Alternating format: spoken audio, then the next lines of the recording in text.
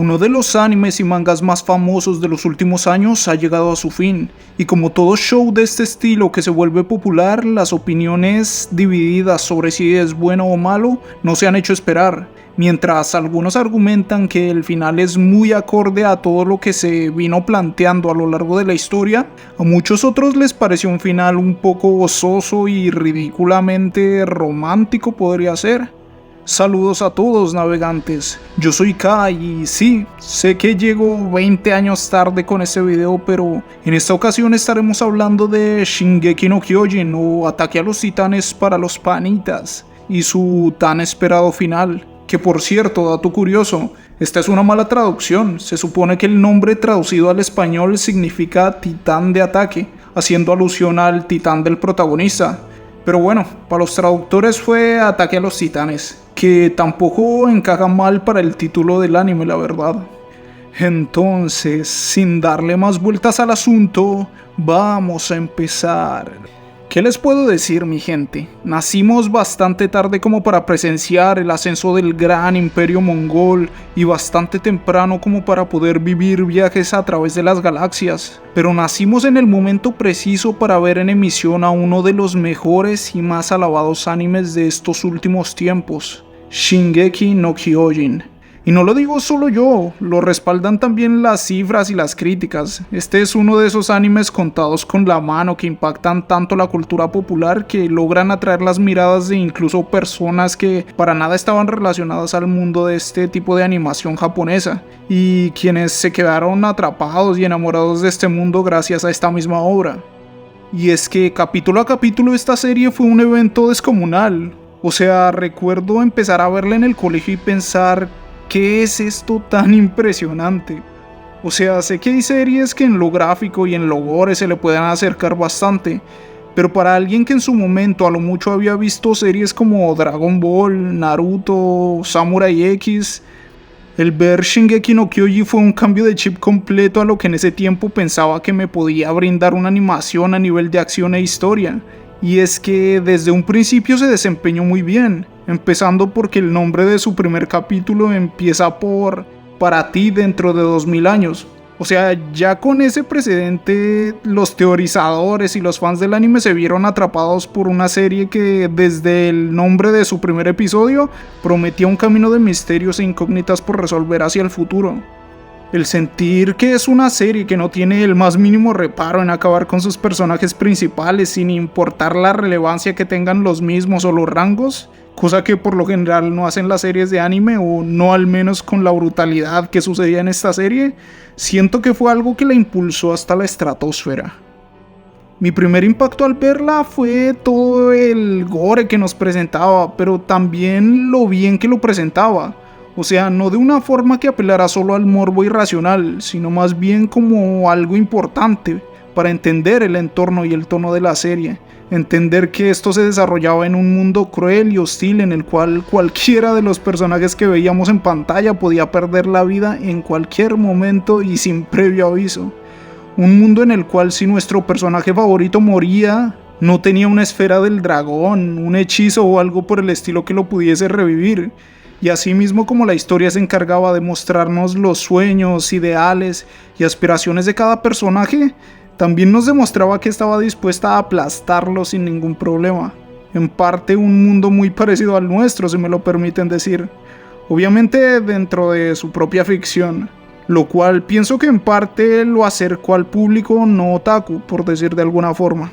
Recuerdo ver en aquellos primeros capítulos a Eren prometiendo acabar con todos los titanes que pudiese, mirar el entrenamiento de aquellos cadetes novatos de la Legión de Reconocimiento, firmes en su misión de acabar con aquellos seres que comían humanos sin reparo alguno, para luego presenciar quizá una de las cacerías más brutales por parte de los titanes a estos jóvenes en sus primeros capítulos, reafirmándonos por completo que esta serie no se andaba con rodeos. Es más, mostrándonos al protagonista, Eren, un chico con más bien pocas habilidades pero con todas las ganas de madrearse a otros titanes, siendo devorado apenas empezaba la temporada, haciéndonos pensar, pero ¿qué carajos está pasando aquí? O sea, esta joda ni ha empezado y ya se comieron al protagonista. Y cuando apenas estamos asimilando esto, descubrimos que este protagonista puede convertirse en un titán especial, con características distintas incluso. Claramente ya para estas alturas el chip de nuestra cabeza había estallado con tantos detalles, pero también ya la serie creo que nos tenía amarrados a todos los que la estábamos viendo. Y bueno, de aquí para adelante todo es misterio tras misterio, pues el saber que el protagonista es un titán cambiante abrió incógnitas como ¿por qué hay titanes entre comillas comunes? Esos que andan vagando por fuera de las murallas, que mantienen su forma y comen personas por lo que parece ser mero placer, mientras que por otra parte el protagonista sí puede volver a ser humano y pensar en su forma titánica.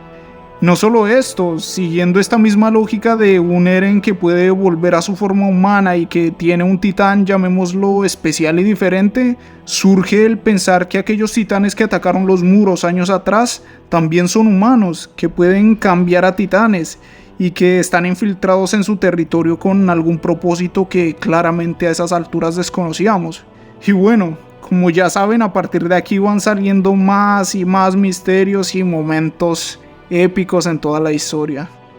Bueno, me disculpo en este apartado de exaltar todo lo que fue y lo que significó cada momento de Shingeki, pero llegó el jodido final y muchachos, hay que dar una mirada hacia atrás y observar todo lo que nos brindó, todos esos momentos que aparte fueron animados exquisitamente por Wit Studio, quienes se encargaron de sus primeras temporadas antes de que sucediera todo esto del asedio a Marley.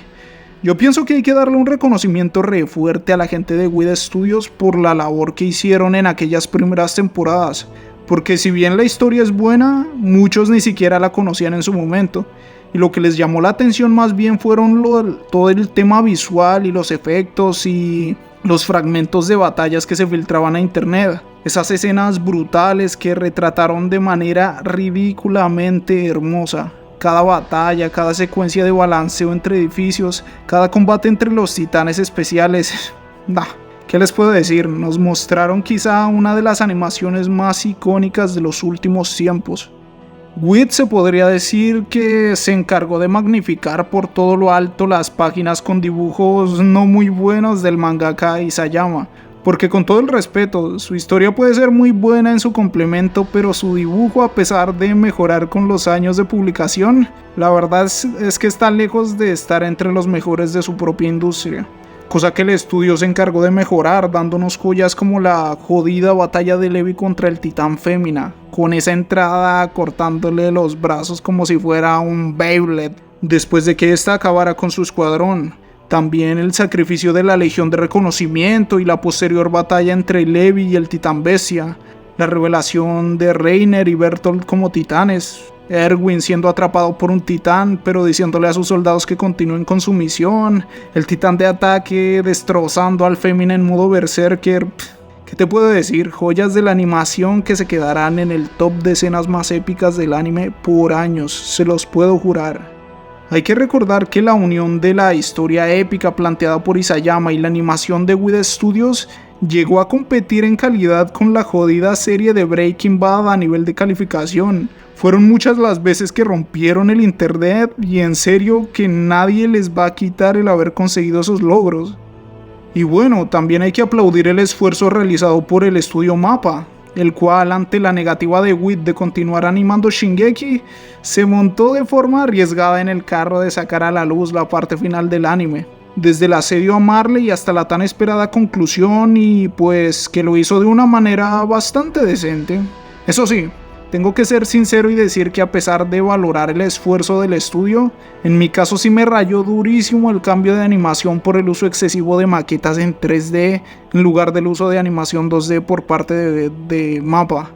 Pero bueno, todos sabemos en parte el contexto laboral de sobreexplotación en el cual viven algunos animadores de este estudio, entonces es lo que nos pudieron brindar y por lo mismo se les reconoce el esfuerzo de haber cargado con una responsabilidad tan grande, la verdad, y haberse arriesgado a darnos la tan esperada conclusión.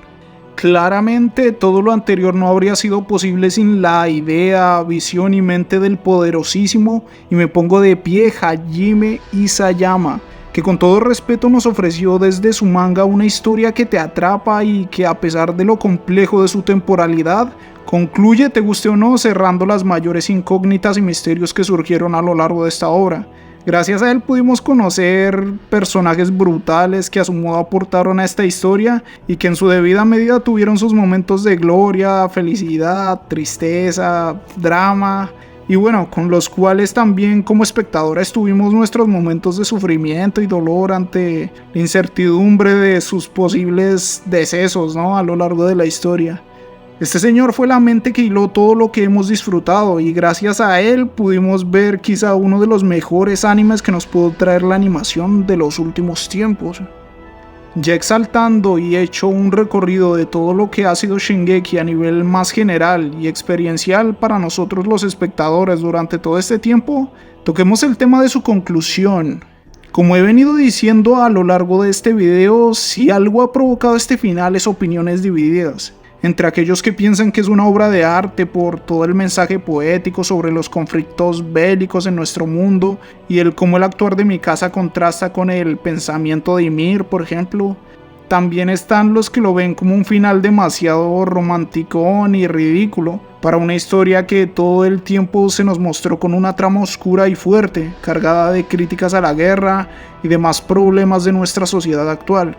En fin, si me preguntan a mí, creo que no tiraría para ninguno de estos tópicos. Más bien me pondría en un punto medio. Sí, díganme tibio y lo que quieran, pero al menos para mí hubieron detalles que me gustaron mucho y otros que más bien me convencieron un poco, pero bueno, vamos a darle caña a ese final. Y empecemos por las cosas a destacar.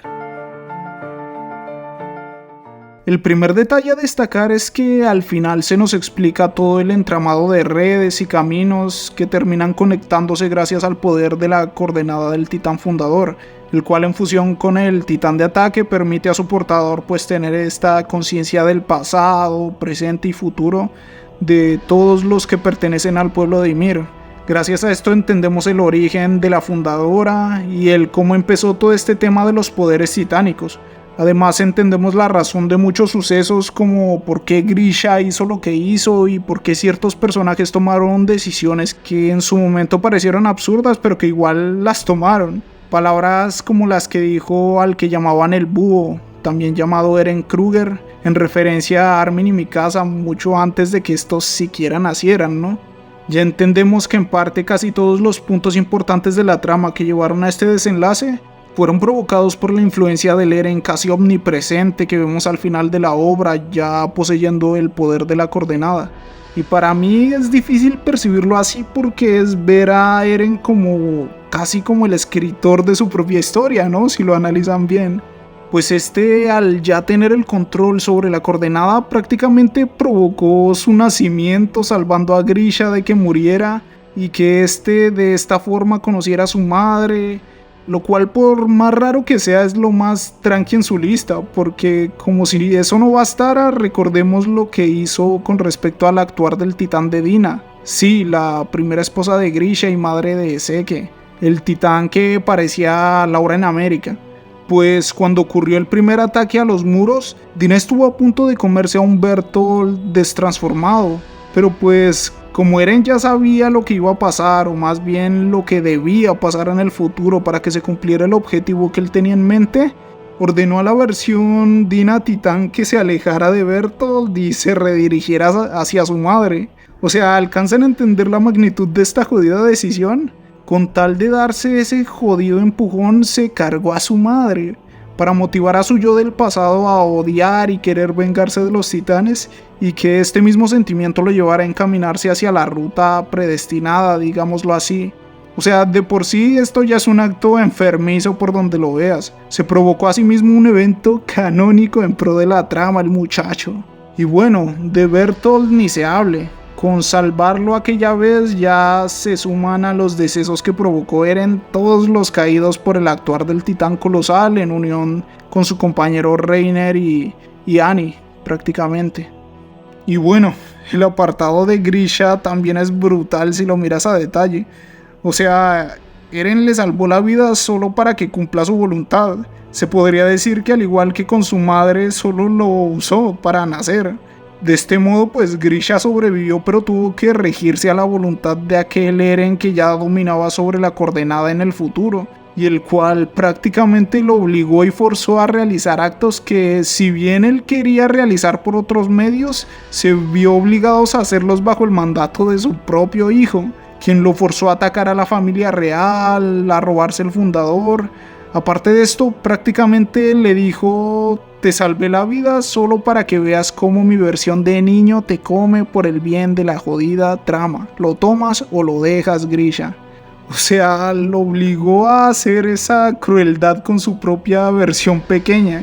Imagínate cómo se sintió Grisha al seguir el paso a paso de Eren. O sea, tuvo que hacer los preparativos de su propia muerte, que seguramente fue jodidamente dolorosa, pues Eren chiquito tuvo que devorarlo para obtener el poder del titán de ataque y fundador que hasta ese momento había recolectado su padre.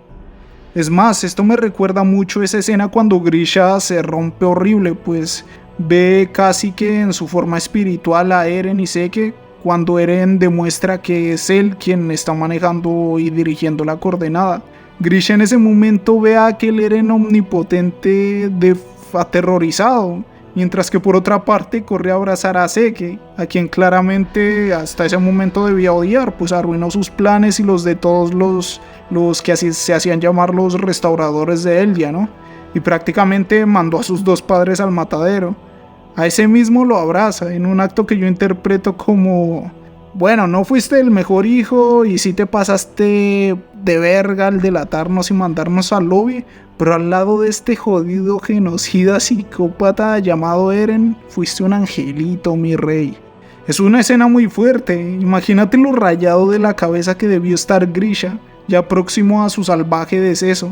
O sea, lo pongo en serio en el top de personajes más destruidos a nivel psicológico de la saga y por mucho, junto a Reiner y pues al mismísimo Eren. Creo que si algo amé del final y de la saga en general, fue esos mensajes sobre la guerra. O sea, pienso fielmente que es una cátedra sobre las posturas, ideales, adoctrinamientos y demás situaciones que suelen llevar a que se intensifiquen o se desarrollen conflictos en nuestro mundo. Si tuviese que destacar alguno de estos, claramente sería el mensaje de que en la mayoría de guerras no hay buenos y malos. En su mayoría todo gira alrededor de los intereses de los dirigentes y sus estados, pero los que siempre pues terminan más perjudicados siempre son las personas inocentes, las personas del común. En este caso pues los dirigentes marleyenses, en su afán de buscar todos los poderes titánicos y de estar por encima de las demás fuerzas mundiales, que bueno, aquí nos muestran que de a poco iban equiparándose, ¿no? Su armamento se iba equiparando al poder de los titanes que al menos poseía Marley. Estos pues llevaron a cabo la incursión de estos chamacos, de Annie, Bertolt y Reiner. Y pues esto no hizo más que reavivar el conflicto con Eldia, que para ese momento ya había parado, ¿no? Hay un dicho que dice: lo que está quieto, déjalo quieto, o algo así. Pero no, estos pendejos alborotaron el avispero para que pues, bueno, todo en unión con todo lo que pasó en la historia y pues la influencia de Eren en la coordenada terminase en el exterminio del 80% de la población. Todo este tema de los conflictos provocados por los intereses de los dirigentes quedó brutal, y del mismo modo deriva otro a destacar, y es cómo se refleja el adoctrinamiento de autodenominarse buenos y llamar a los otros los malos, visto en un principio en Reiner y en tiempos ya más presentes dentro del anime en Gabi, reflejándonos cómo este nubla el raciocinio de las personas expuestas al mismo, pero lo contrapone con algo muy lindo, y es el mostrarnos que en estos conflictos bélicos el problema es de los de arriba, que siempre están buscando más y más poder, pues quienes combaten en el frente por lo general son gente que en un contexto de tranquilidad que les permitiera conocerse, se darían cuenta que tienen incluso demasiadas cosas en común. Así pasa con Gabi a medida que conoce a la facción de Eldia, y así pasa con Eren a medida que se infiltra en Marley, ¿no? Y se da cuenta que pues no todos están buscando la caída del pueblo de Eldia. En ambos casos se encontraron que los contrarios no necesariamente eran malos. Es más, llegaron a empatizar y sentirse bien con ellos.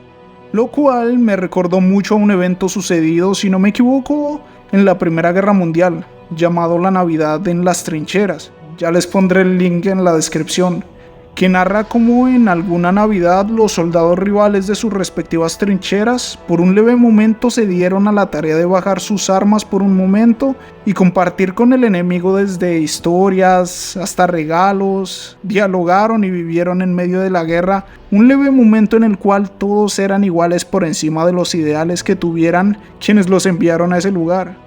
Según se piensa y se especula, algunos incluso jugaron partidos de fútbol y tales.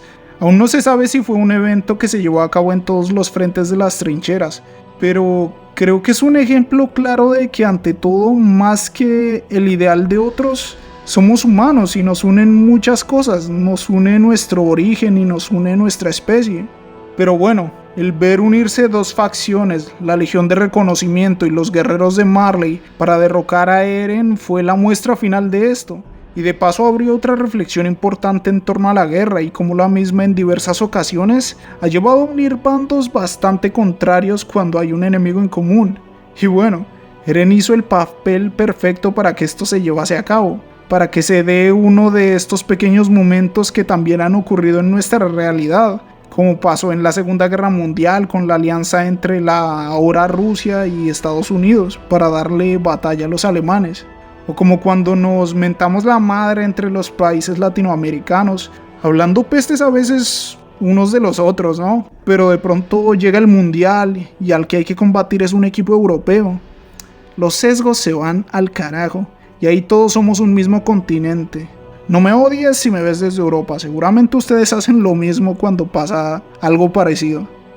Todo esto muy bien retratado, reflejado de una forma brutal en esta ficción, reforzando algo que escuché decir a un fotógrafo de guerra en alguno de esos podcasts que escucho a veces mientras hago los dibujos de mi página de Insta, que decía algo como: en las guerras se ven los actos más ruines y atroces que pueden hacer el ser humano, pero también se ven los actos más valerosos, nobles y heroicos que tiene para ofrecer la humanidad. Y sí, aquí vemos sacrificios como el de Hanji, bueno, como se le diga, que lo dejó todo con tal de que los chicos de la Legión lograran el objetivo. Y bueno, cómo amamos a cada uno de los que ha dirigido esta Legión, ¿no? Uf.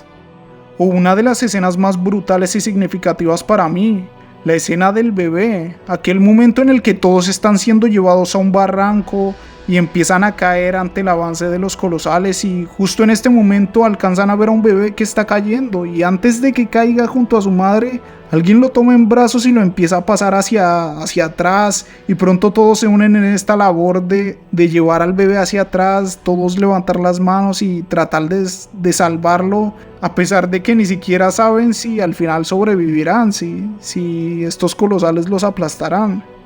Convierten a ese bebé en una especie de símbolo de esperanza, pues a la final, si los titanes siguen avanzando, por más que lo lleven hacia atrás, tarde o temprano perecerá bajo el mismo destino de aquellos que lo llevan pues más hacia atrás, lejos del barranco. Pero parece ser que en este momento deciden creer que a pesar del horrible panorama, debe existir al menos una mínima posibilidad de que haya un futuro. Nos retratan de esta manera esa esperanza muy humana, de que todo puede mejorar y de que siempre existirá un futuro que construir, así las cosas estén muy mal en este momento. Ese bebé es esa humanidad que tenemos dentro, incluso en los momentos que nos arrebatan el sentido común y la calma, esos momentos difíciles.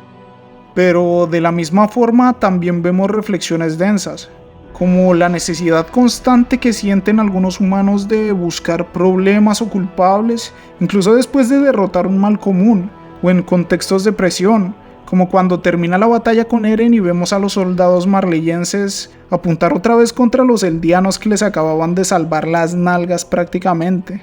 O sea, es inaudito cómo el ser humano a veces saca conflictos de una guerra que acabó de concluir y siempre cae en el círculo de venganza y guerra. Lo vemos también en la facción Jäger, bueno, me excusan por la pronunciación del apellido de Eren, que al final lo vemos casi como un grupo supremacista en la isla Paradis, con todo lo necesario para convertirse en un régimen a pesar de que Eren ya no está con vida. Esta reincidencia al conflicto se refleja mucho mejor en la escena postcréditos, donde vemos cómo todo tiende a la guerra y al caos una y otra vez. La sociedad se hunde en esto, se reestructura y cae en ese círculo múltiples veces y a veces no deja de hacerlo en el peor de los casos. En fin, son muchas las reflexiones bélicas que tiene esta serie, las cuales me encantaron. Pero bueno, seguro hay más y se me están pasando. En ese caso, pues comenten las reflexiones que les dejó este final, las reflexiones buenas que quizá no nombré.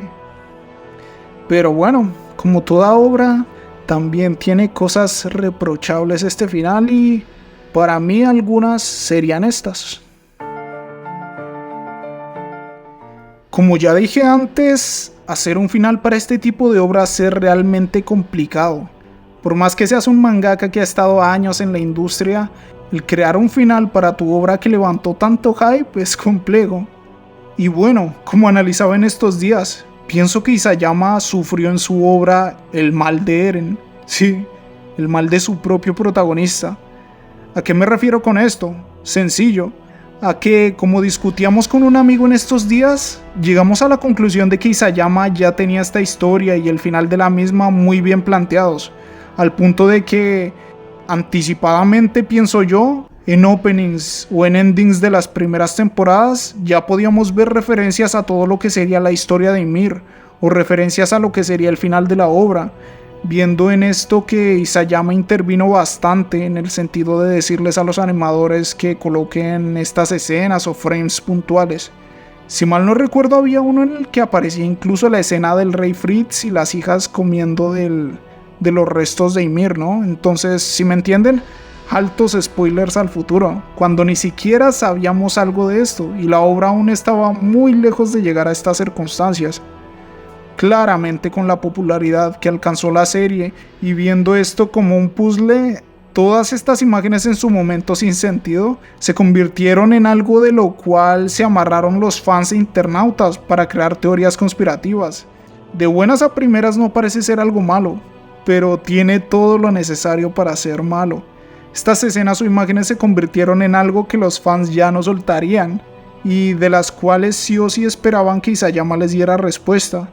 De esta forma, pienso yo, como dije antes, Isayama se volvió esclavo de su propio final. La verdad no sé si en el transcurso de la historia quiso modificar algo y llevarlo por otro rumbo completamente distinto, pero el hecho de ya haber mostrado escenas específicas en aquellos easter eggs de los openings o endings, provocó que sí o sí tuviese que responder con esas ideas, que sí o sí tuviera que dar respuesta y no solo ignorar las cosas que él mismo había hecho públicas. Prometió algo y pues tenía que cumplirlo.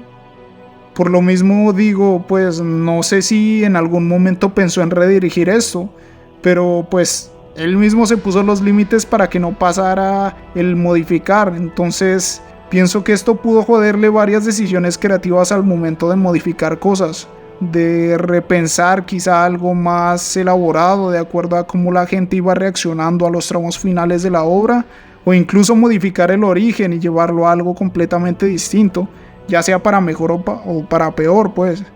No sé, ¿ustedes qué piensan?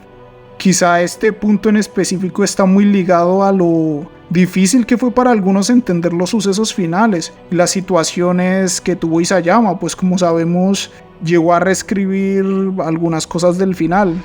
¿Qué piensan ustedes? Déjenme saberlo. Otro punto a tener en cuenta es el jodido desorden en los flashbacks que puede llegar a sentirse en la obra. O sea, claramente se nota la intención de los mismos, como es el de aquel chamaco que Eren salva de ser golpeado para luego ver que es una de esas personas que aplasta durante el retumbar. Es claro que se hace con la intención de mostrar esa dualidad y esos sentimientos encontrados que pasaron por la cabeza de Eren en todo momento, una vez pues ya conoce el futuro que se aproxima. Pero siento que la forma en que lo muestran es confusa, porque lo hacen intercalando demasiado estas escenas con las del presente, al punto de que quizá te desubicas con respecto a cuándo pasaron los eventos, si antes o después del asedio a Marley. O sea, de por sí a muchos les costó asimilar que de la nada todo se desarrollara en otro entorno, y ahora te pones a jugar al vaivén entre el presente y pasado. No sé, quizá ahí se me acaba de ocurrir que Isayama con esto quería hacer vivir al espectador un poco de la fatiga que provoca el estar en la coordenada. Esta fatiga que tuvo que vivir Eren, por vivir a la vez en el presente, el pasado y el futuro. Pero pues que siento pudo ser contraproducente, pues hizo perder bastante al espectador en diversos momentos. Yo logré seguir el hilo después de reflexionar al terminar cada capítulo, pero sí me costó y bueno, conozco diversos amigos que no sabían directamente en qué jodida parte de la historia estaban parados. Pudieron, pienso yo, quizá ordenar los recuerdos de una manera más estratégica, que permitiera estancarse menos al momento de seguir la historia. Creo que en este punto quizás sí me podría ganar una buena cantidad de bullying, pero no tengo miedo de decirlo porque es lo que yo sentí. Y sí, la verdad es que yo nunca noté un feeling tan fuerte entre Mikasa y Eren. Al menos no tanto de parte de Eren, quizás sí con muestras de cariño casuales entre los dos, pero nada que nos llevara a pensar que Eren podía sentir algo tan fuerte por ella. Como todo lo que expresó cuando acabó la obra, que se quería quedar a vivir con ella y qué tales, y formar un ranchito, bueno. Siempre vi esta relación, al menos de parte de Eren, muy en plan bros. Incluso antes de toda esta trama del Eren emo que la trató re mal en busca de pues poner a todos en su contra. Siempre vi una relación muy de pana, se podría decir. No sé, o sea, nunca los vi con el potencial de ser pareja.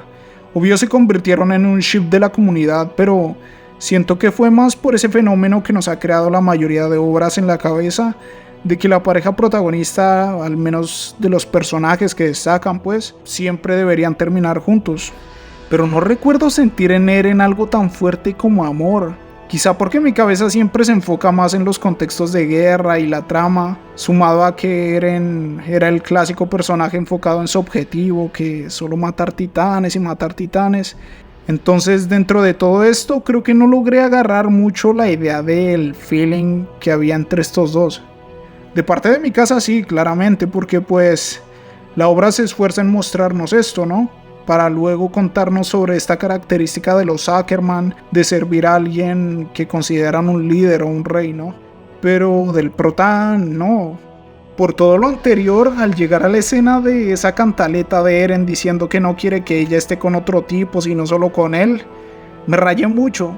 En gran parte por lo que dije anteriormente, pero también porque, no sé ustedes, pero a mí me dio un poco de cringe esta escena. O sea, entiendo al Eren llorando por eso, pero la escena no me transmitió mucha tristeza o desesperación, pues por ese actuar que Eren no puede evitar. La sentí realmente como una escena de un adulto y un adulto que se comporta como un niño, al estilo de esos jodidos TikToks perturbadores de adultos que se graban actuando como bebés o niños, que por Dios son la cosa más desagradable del universo.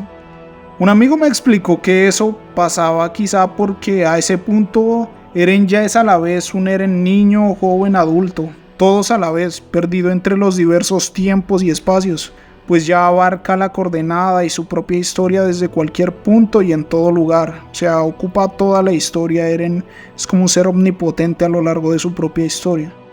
Y que por esto mismo puede que en esta escena estemos viendo a un Eren con un cuerpo quizá adulto, pero con el alma de un Eren niño más sentimental que le gustaría quedarse cerca de su amiga.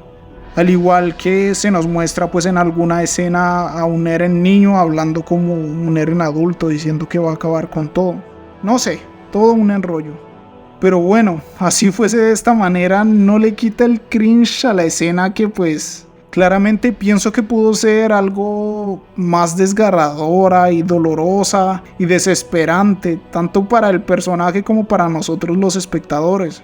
O cuéntenme en los comentarios, ¿a ustedes los alcanzó a tocar re duro esta parte? Porque con todo respeto, a mí no. Este punto sí es algo muy personal, la verdad, y quizás solo haya pocos o ninguno de acuerdo. Pero no pude sentir placer con la escena en la cual Levi aniquila a Seki.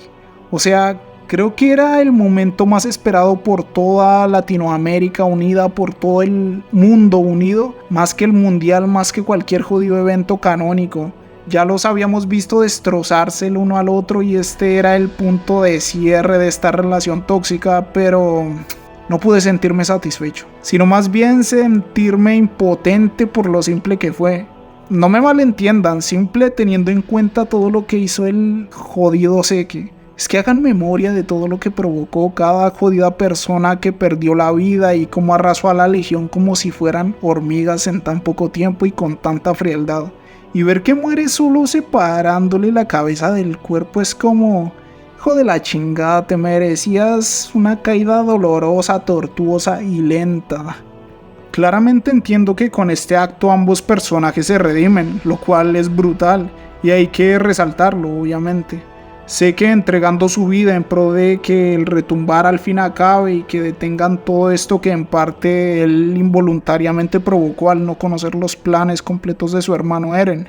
Y Levi al fin cumpliendo la promesa que les hizo a sus compañeros de acabar con el jodido titán bestia, y pues haciendo lo que tenía que hacer en el momento, que era detener esa horda de colosales.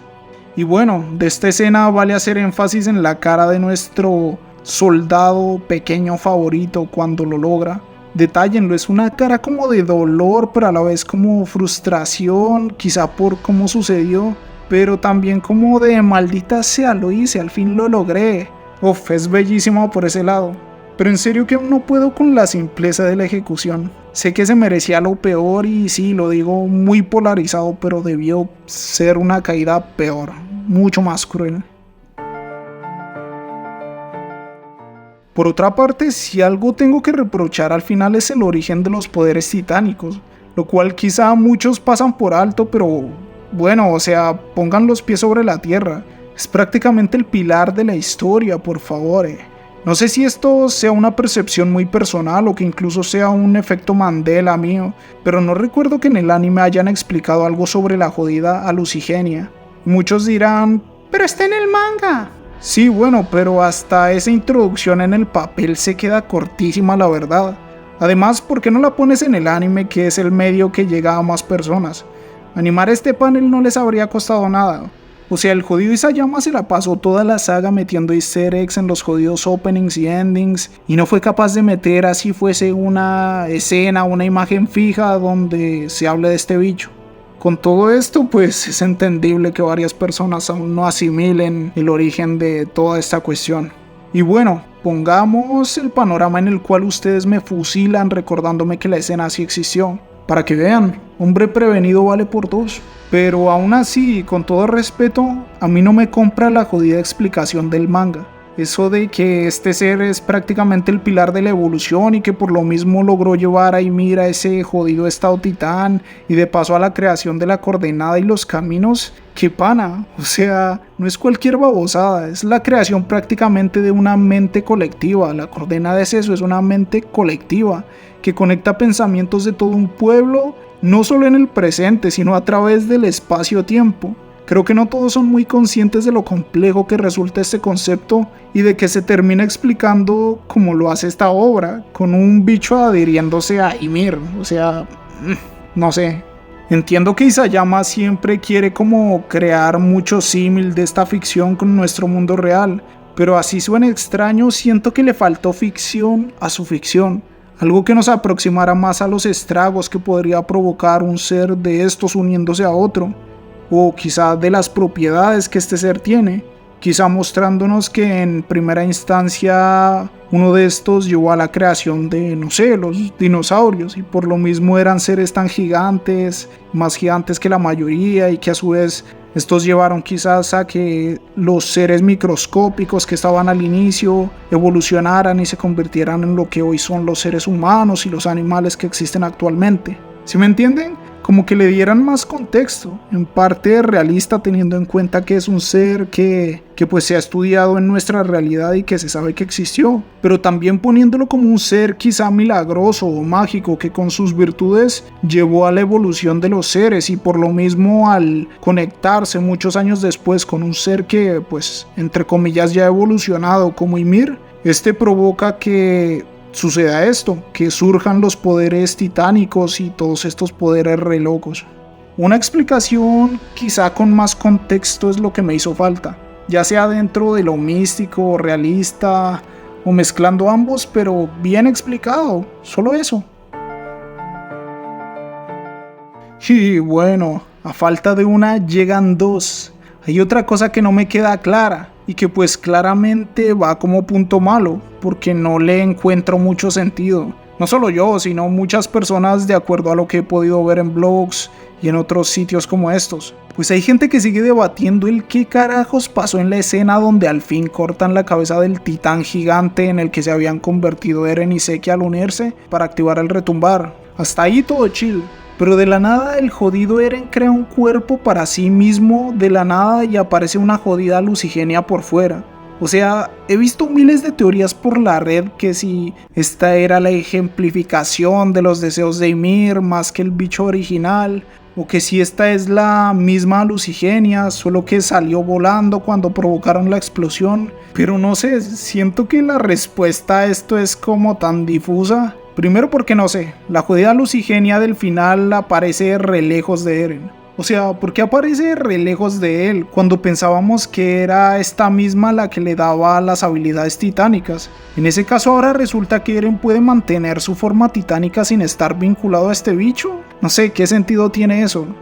El argumento de que es una proyección de los deseos de Ymir, con todo respeto considero que es la más sin sentido. No la comprendo, o quizá no la comprendo, quizá mi mente es muy pequeña y debilucha para hacerlo. Pero no me cuadra que Ymir cree, no sé, un titán en forma de Lucigenia quizá, porque aparte hasta ese tramo el que ya tenía el control entre comillas de todo lo que era la creación de titanes era Eren, ¿no? Después de darle los abracitos a Ymir y qué tales. Eso es lo que yo recuerdo, ¿o no? Por favor, explíquenme. O sea, señora perdida la que me pegué. No me cuadró para nada este detalle. No lo considero un titán más porque aparte no tiene portador. No me cuadra para nada este detalle. Igual no entiendo por qué se separó de Eren. Podría ser que prácticamente dejó a Eren como un titán cambiante normal, ¿no? Que al salirse de su cuerpo solo representaba no quitarle quizá la apariencia titánica, sino solo los poderes de la coordenada. Pero pues vemos que Eren usó estos poderes hasta el momento final. Pero entonces, ¿por qué la jodida Lucigenia se salió sin provocar efectos mayores en Eren? Todo el tiempo pudo hacer esto, ¿y por qué no lo hizo antes? O sea, y reitero, ¿por qué carajos el chingado bicho aparece a kilómetros de donde se está dando la batalla? Eso me rayó muchísimo, es como si de la nada hubiese llegado trotando al evento cuando pues no sé, de acuerdo a lo que sabíamos estuvo dentro de Eren todo este tiempo. Lo prudente es que nos hubiesen mostrado a la misma mientras salía del cuerpo titánico de Eren hacia la montaña donde transformó a los familiares de los guerreros de Marley, que bueno, estaban luchando pero pues no sé, el que apareciera así de la nada a mí me confundió demasiado. Todo mal con interpretar esto, la verdad. Si alguien puede explicar en los comentarios, háganlo. Pero igual sé que va a haber debate incluso en los comentarios si empiezan a poner sus propias posturas. Siento que todo te hace pensar, ¿qué carajos con este bicho? ¿Viene de otro lado? Y si viene de otro lado, ¿de dónde carajos viene? ¿O de dónde salió? ¿Por qué viene de la nada? ¿Y por qué carajo salió hacia la montaña? O sea, sí entiendo que en parte quiso doblegar a los que estaban peleando en su forma titánica, pues convirtiendo a sus familiares en titanes. Pero maldita sea, todo lo que estuvo haciendo esa babosada pudo haberse ido de lleno hacia Eren, con la intención de hacer lo que sea que fuese a hacer. Que ya ni siquiera entiendo cuál era el acto de querer ir hacia Eren. Si este ya estaba manejando de por sí su colosal tranquilo, sin necesidad de la Lucigenia. En serio, gente, o sea, se me está quebrando la cabeza solo pensando en esto. Así que voy a parar aquí, si no este análisis se va a ir al carajo. Y siempre habrá alguien que piense distinto en los comentarios. Yo prefiero decir que no puedo concluir el qué pasó en este momento y ya, nada más. Así que les pido que dejen sus opiniones en los comentarios. ¿Qué piensan que es este bicho que aparece en la conclusión? Igual tengo la certeza de que no se llegará a ningún consenso absoluto. Con esto pues ya me vale afirmar que es un punto negativo remarcado, al menos para mí. No puedes hacer un jodido final con una escena así que la gente no pueda interpretar. claramente cuando no es lo que estás buscando. Hay obras que claramente hacen un final returbio y re random para que la gente pues quede sin saber qué carajos pasó. Pero este no es el caso, y Isayama sabía lo que quería mostrar. Sin embargo, se quedó corto al momento de retratarlo y ponerse en la posición del espectador, que a la larga es el que juzga, porque muchos no entendieron, y si muchos no entendieron es porque lo explicó mal. No supo usar todos los jodidos métodos audiovisuales para presentar este momento y para darle sentido. Y bueno, sé que a muchos no les está gustando lo que digo, pero independientemente de que me expliques con plastilina esta escena, y bueno, al final me quedé con una de estas conclusiones, el que algo que buscaba ser claro termine siendo una respuesta tan difusa para gran parte de los fans y personas que vieron la obra, es una señal de que no supiste plasmar bien la idea. O sea, muy mal por ese lado. Y sí, si no te gusta, pues nada que hacer, pero es lo que pienso. En fin, ya me estoy quedando sin voz. Este video va a quedar larguísimo, así que eso es lo que puedo decir de esta obra. Me alegra que haya llegado a su fin, un final agridulce entre muchas cosas técnicas y de la propia historia, pero que da cierre a estos años que pudimos disfrutar de esta excelente obra que nos tuvo con los nervios de punta y atrajo a muchas de esas personas que en su momento se negaban a ver anime y que hoy en día andan muy pegados a este mundo. Le debemos mucho, pienso yo. Es un título que para mí ya se coloca entre las mejores series anime y también en general de la historia, y nadie le va a quitar eso. Valió cada jodido segundo verla en emisión. Esto es un hablemos de, así que eso hacemos, decir lo que nos gustó, lo que no nos gustó, hablar de curiosidades quizá, opiniones, todo junto en un solo lugar. Así que no todo puede ser cosas lindas o feas. Todo aquí es mi opinión, pero pues les recuerdo que ahí está la caja de comentarios, donde espero dejen sus opiniones sobre el final en general o sobre cosas que dije, siempre con el debido respeto, ¿no? Pero estaré atento. No tengo más que decir de momento. Gracias por todos estos años de emoción, Shingeki no Kyojin. Gracias Isayama, gracias Wii Studio, gracias Mappa. Lo recordaremos cada vez que entreguemos nuestros corazones a lo que nos apasiona. Shinsou wo Sasageyo. Ni siquiera sé si lo dije bien, pero Shinsou wo Sasageyo. Si el video les gustó, como siempre, recuerden darle like y suscribirse. Pero sobre todo, recuerden luchar por sus sueños, navegantes.